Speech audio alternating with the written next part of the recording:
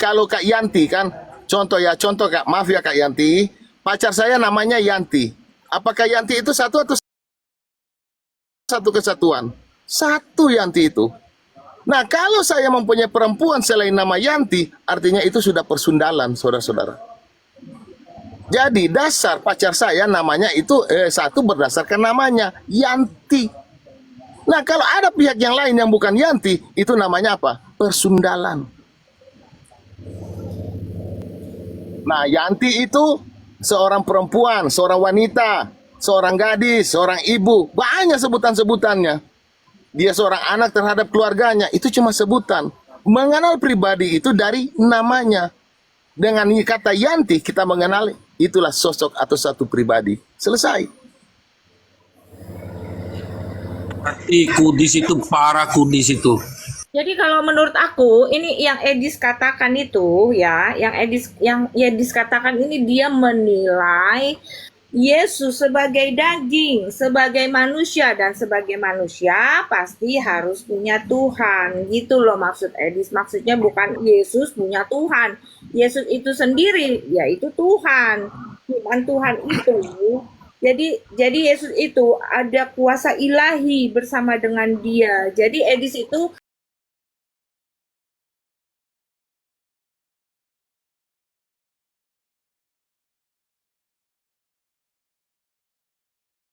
kodrat manusia yang lapar, yang haus, yang ngantuk, begitu. Dia mengambil. Begini, kita nggak boleh menjelaskan secara akademis, kita akan terjebak dengan mengambil kodrat manusia. Begini, karena kodrat manusia yang pertama, itu ada kenafsu kepada lawan jenis. Hati-hati membuat narasi statement. Nah, ini justru mau mencerdaskan kamu, Vita.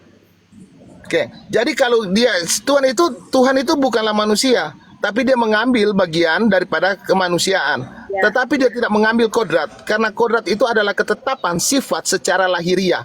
Secara lahiriah, ya, manusia itu mempunyai nafsu kepada lawan jenis. Jadi kita nggak boleh menggolongkan kata kodrat, karena Islam semakin hari semakin pintar dalam berargumentasi. Makanya kisah itu jaga-jaga untuk membuat narasi. Bisa terjebak. Jadi mengambil sifat ya, Mengambil bagian daripada manusia, yaitu rasa sakit secara kedagingan, dia bisa lapar secara kedagingan, dia bisa ngantuk secara kedagingan. Tetapi secara substansi, tubuhnya adalah tubuh Tuhan. Darahnya adalah darah Tuhan. Darah pencipta, tubuhnya pencipta. Nah, makanya kita harus paham terminologi mati. Jadi pencipta mati? Iya. Apa arti mati? Mati artinya keterpisahan tubuh dan roh. Tubuh pencipta terpisah dengan roh pencipta terpisah. Itu yang dimaknai dengan kematian pencipta. Loh, masa pencipta itu mati? Pencipta itu roh. Kenapa dia bisa mati? Karena dia tampil secara kedagingan dan memiliki tubuh. Di atas kayu salib dia meninggalkan tubuh itu yang disebut dengan pencipta mati. Nah, saya kasih contoh. Apakah setan bisa mati? Tidak bisa mati. Karena setan tidak punya tubuh. Setan makhluk roh. Nah, kalau dikatakan Tuhan tidak bisa mati, apa bedanya setan dengan Tuhan? Jadi hati-hati bernarasi. Ya. PR udah ngerti nggak? Paham nggak sampai di sini? Ya, paham. Ya, lanjut Beatrice. Oke, ya. Jadi begitu ya, sesuai yang tadi Bang Billy ungkapkan ya. Kita ini mau ngasih paham buat orang-orang Islam di bawah ini ya, yang setiap hari ngomongin soal Tuhan kita ya. Kita bukannya bingung, tetapi kami mau mencerdaskan kalian. Kenapa kalian begitu bangun, tidur, kalian mempermasalahkan Tuhan kami. Tidur mau malam, mempermasalahkan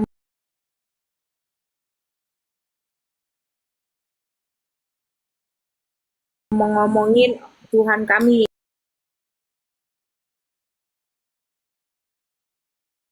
Itu yang tujuan saya membuka live di sini. Nah, sudah gitu. Jadi semua apapun yang kalian pertanyakan, ini boleh kalian boleh tanyakan di sini, karena kami akan menjawab, ya. kami sebagai orang Kristen, kami akan menjawab. Karena Tuhan Yesus sendiri berkata, sampai akhir zaman kami tuh akan di apa ya, bukan kamu yang akan ngomong, tapi Roh Kudus yang akan mengajari kita untuk menjawab semua apapun yang umat lain yang mempertanyakan Tuhan Yesus. Jadi ketika kami berbicara itu Roh Kudus yang memberikan hikmat buat kami untuk menyampaikan itu kapan-apanya. Jadi ketika kayak seperti contohnya tadi saya masuk, katanya Yesus itu berdusta karena di mana Yesus, ini Bang Billy bisa jawab ya. Katanya begini, Yesus itu berdusta karena Yesus bilang Yesus itu bernubuat, katanya ada nubuat bahwa anak manusia akan mati dan akan bangkit.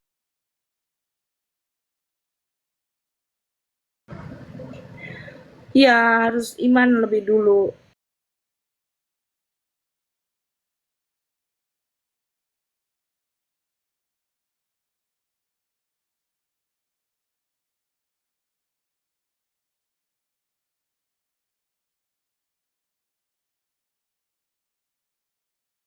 Ayat 17 ayat 3 itu bang, itu apa bang? Penjelasannya bang? 2 Yohanes berapa? 17 ayat 3. Yohanes 17 ayat 3 bang. 2 Yohanes 17 ayat 3. Oke abang, oke.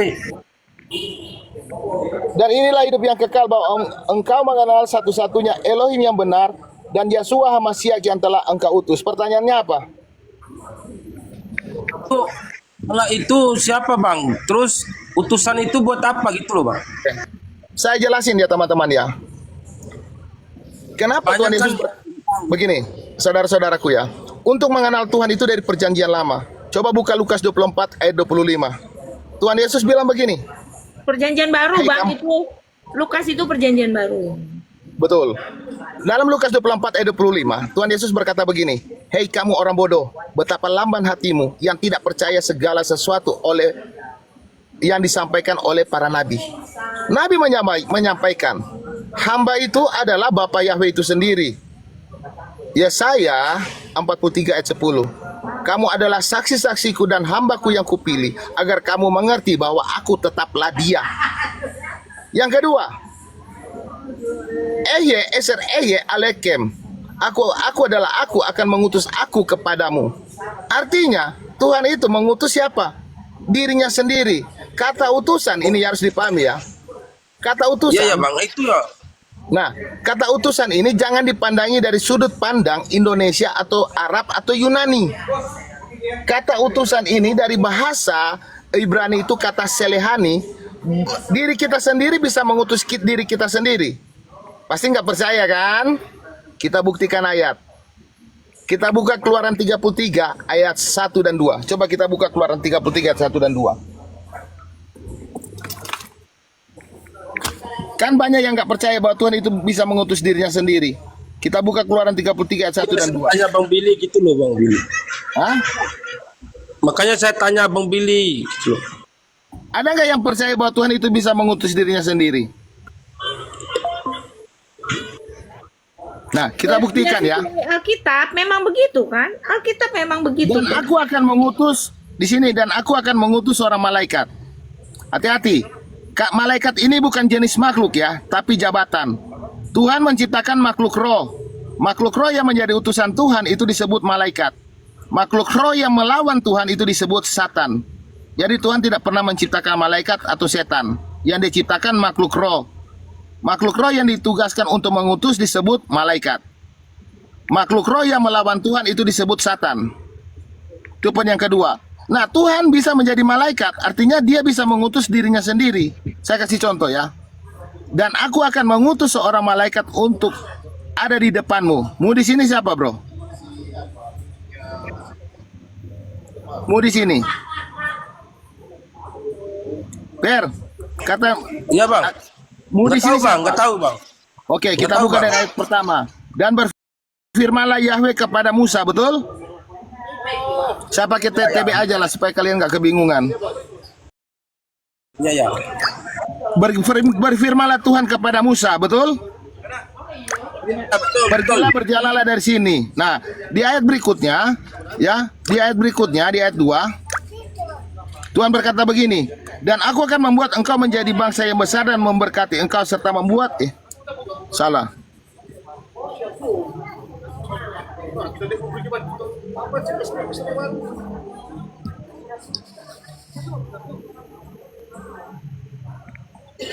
Nah, dan aku akan mengutus seorang malaikat berjalan di depanmu. Berarti Tuhan berjanji aku di sini kan Tuhan akan mengutus seorang malaikat berjalan di depan Musa dan akan menghalau orang Kenan dan orang Amori, orang Het, Farisi dan Hewi dan orang Yebus. Pertanyaannya, siapa yang akan lewat di depan Musa?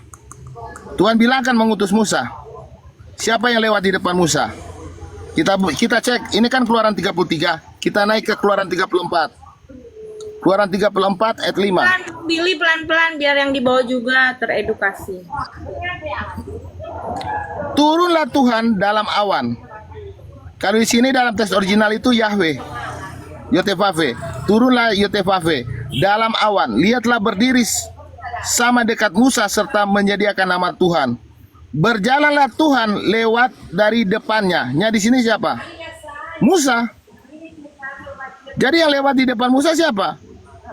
Tuhan itu sendiri. Artinya dia mengutus dirinya sendiri, nggak ada yang lain, bro. Nah, pertanyaannya, apakah Tuhan bisa mengutus dirinya sendiri dipercaya oleh Islam? Tidak. Dipercaya oleh Buddha dan Hindu? Tidak. Ateis percaya Tuhan bisa mengutus dirinya sendiri? Tidak. Nah, kalau ada orang Kristen juga tidak percaya Tuhan bisa mengutus dirinya sendiri, harus ada Tuhan yang lain mengutus Tuhan yang lain. Apa bedanya dengan gereja setan dan orang non-Kristen? Sama. Itu saya cuma kasih perbandingan ayat.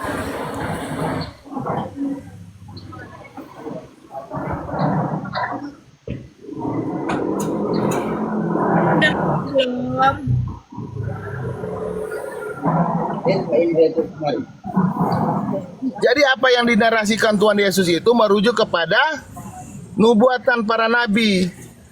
Nabi mengatakan Yesaya 63 ayat 9, dalam segala kesesakan bukan duta, bukan utusan, melainkan ia sendirilah yang menyelamatkan kita.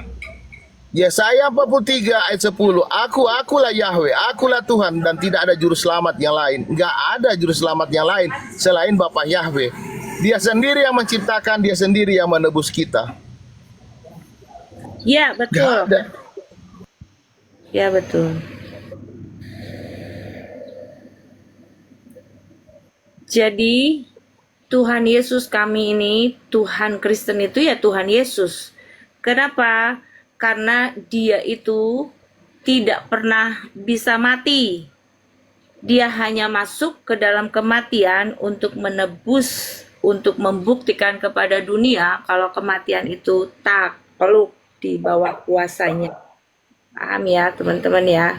Dan ketika Yesus terangkat, dia memakai tubuh yang sama ketika dia ada di muka bumi ini. Jadi Tuhan Yesus itu adalah benar-benar Tuhan kami yang tidak berubah dari dulu sampai sekarang. Mungkin ada orang Muslim yang mau bertanya, boleh.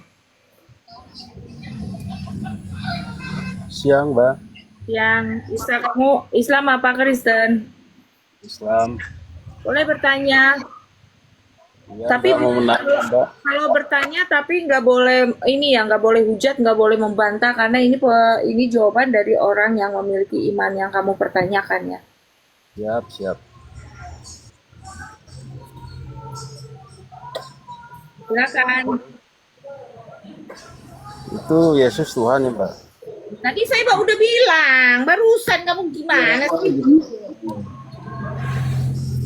Barusan aku udah ngomong, Yesus itu benar-benar Tuhan orang Kristen. Belum selesai loh, Mbak, nanya, Mbak. Ya. Ya udah lanjut. Itu Tuhan, Mbak. Terus Ya disalib itu untuk penebusan dosa manusia, betul kan Mbak? Ya. Enggak Mbak ya? Iya betul. Oh betul. Waktu disalib itu penebusan dosa manusia ya Mbak? Iya dengan jalan disalib ya. Karena nubuatnya memang begitu. Ya, terus pertanyaan saya Mbak, yang dua disalib di bawah itu penebusan apa Mbak? Itu orang jahat. Itu memang menebus karena dosa kejahatan mereka sendiri. Kalau Yesus tidak diketemukan kejahatannya ya. Jadi dia tujuan disalib mau menebus segala apa yang sudah Tuhan rancangkan dari awal ketika Adam dan Hawa jatuh ke dalam dosa. Tujuan Yesus itu seperti itu. Caranya ya itu disalib. Mungkin Bang Billy tambahin. Ya. Jadi ya teman-teman ya, Tuhan Yesus tidak menebus ke dosa. Dosa perbuatan kamu yang lakukan, kamu yang akan dipertanggungjawabkan. Dia nggak menebus dosa. Ayat mana yang menebus dosa? Nggak ada. Tetapi dia menebus kita dari kutuk. Apa itu kutuk? Dalam kitab Taurat, hidup adalah berkat, kutuk adalah mati. Artinya Tuhan Yesus menebus kita dari kematian abadi. Nah begini saudara-saudaraku muslim, kalian ini kehilangan fakta sejarah dari kitab Musa. Kenapa manusia itu mati? Manusia mati karena pelanggaran akan hukum Tuhan, aturan Tuhan. Pelanggaran hukum Tuhan itu yang disebut dengan dosa. Akibat dari pelanggaran dosa, hukum Tuhan, manusia itu mati. Jadi Tuhan kami adalah Tuhan yang maha sempurna. Dia menciptakan manusia dalam keadaan yang tidak pernah mati. Manusia kekal. Jadi Tuhan kami ini bukan Tuhan made in China, produk bisa gagal. Tetapi kematian itu datang karena pelanggaran dosa. Akhirnya Tuhan harus menebus kita dari kematian itu. Galatia 3 ayat 13. Dengan jalan harus mati juga. Atau kutuk. Pelanggaran Jadi yang ditebus dosa itu yang adalah kematian, brother. sebentar, Bang Billy. Pelanggaran dosa yang dibuat awal mulanya dari Adam dan Hawa kan? Betul. Nah, jadi yang ditebus itu adalah kematian. Kan Tuhan bilang, jangan makan nanti mati. Ya, maut. Nah, jadi untuk apa diciptakan manusia kalau tidak bisa hidup lagi? Dengan kematian itu Tuhan datang untuk menebus kematian abadi itu. Agar dia tidak melanggar konsisten pernyataan dia bahwa kalau makan mati. Tuhan bisa saja cabut pernyataan itu bisa, tapi di situ membuktikan bahwa Tuhan kita adalah Tuhan yang tidak konsisten, Tuhan abu-abu. Ya. Tetapi dia tidak melanggar peraturannya sendiri, aturannya sendiri. Justru dia membuktikan kasihnya dengan cara Bang Billy, berarti Tuhan Yesus menebus dosa manusia dari kematian, ya? betul. Jadi dia menebus kita dari kematian abadi, yaitu Ya, dosa. cuman ini efeknya itu dosa-dosa itu ya, kematian itu karena efek dari dosa-dosa itu, karena upah dosa adalah maut, kematian. Maut, ya. betul. Bisa jadi harus ini dengerin dari kematian Jadi ya. jadi bukan perbuatan dosa manusia lalu Tuhan tebus. Enak kali kita yang bersinah, kita yang mencuri, lalu Tuhan Yesus yang tebus. Ya. Enak kali. Nah, berbeda dengan pandangan yang lain. Yang penting dia Islam, kau berbuat dosa apapun, ya, kau tetap masuk surga nanti, bro, kalau Islam. Hanya satu dosa kalian, yaitu apa? Syirik. Kalau kalian syirik, nggak akan diampuni. Cuma itu dosa kalian. Kalau kalian mau melakukan dosa apapun, menurut pandangan Kristen, yang penting kalian mati dalam keadaan Islam, kalian tetap diselamatkan. Nah, itulah berbeda Tuhan dari bangsa Israel dan Tuhan orang Arab. Itu perbedaannya, saudaraku. Karena Tuhan kami adalah Tuhan yang konsisten. Ya. Iya dan amin. Ya. Sudah lengkap, Isa. Ya Mbak, terima kasih atas pencerahannya Mbak. Bang satunya Bang apa Billy ya? Jadi Isa, jadi harus ingat ya,